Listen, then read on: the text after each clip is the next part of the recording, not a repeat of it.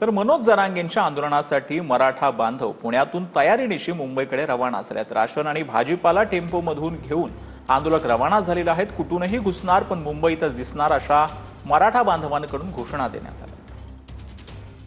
मनोज जरांगे पाटील हे मुंबईच्या दिशेने रवाना होत आहेत आणि त्यांच्या सोबत शेकडो वाहनं घेऊन मराठा आंदोलक मुंबईच्या दिशेने जात आहेत। अशा प्रकारचे टेम्पो, रिक्षा, ट्रक अशा सर्व वाहनांच्या माध्यमातून हे मराठा बांधव जे आहेत ते लाखोच्या संख्येने मुंबईच्या दिशेने निघालेले आहेत। काय मागणी असणार आहे? तुम्ही आता मुंबईकडे सगळेजण चाललात गावातून एकोप्याने।